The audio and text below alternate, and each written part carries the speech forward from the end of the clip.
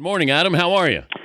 Good morning, Dan. How are you doing? Spectacular. Here's my question. Good. If the money was the same for Brock Osweiler with Houston. Which I don't believe it was. Yep. Okay. Hypothetically, what do you think his decision is?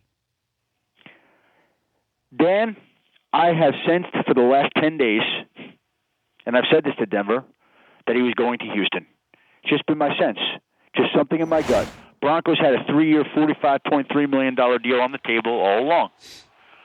If he hadn't signed it last week, when the days leading up to free agency, what was he waiting for? Maybe the Broncos would come up a little. They never were going to reduce the offer. They never were going to take it off the table. I just sensed in my gut that Houston was real possible. And on Sunday, when it came out that Peyton Manning was retiring, and everyone said, okay, well, now they get onto the business of signing Brock Osweiler. No. One had absolutely nothing to do with the other.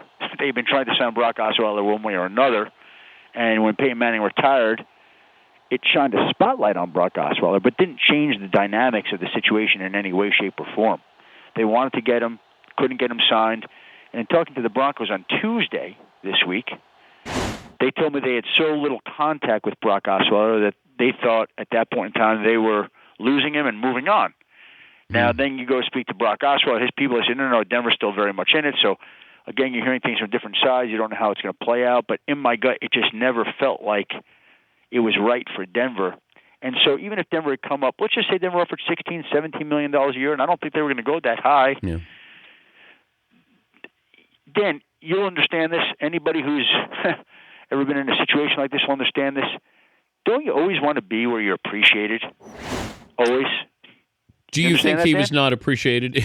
We're not going down that road, Adam. I'm trying to get you to bite here, Dan. Come on. No. We've moved past that. But do you think that did he feel like he was wanted in Denver? Yeah, I know. I do think that. But I also think that it stayed with him that in the very last game of the season he was benched.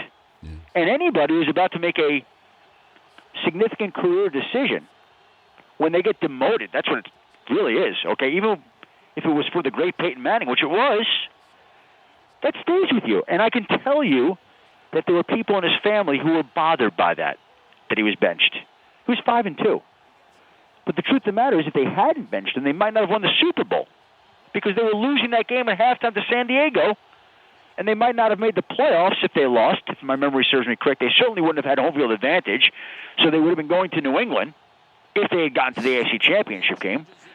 So benching Brock Osweiler changed the course of the postseason and also changed the course of the franchise for future seasons in general.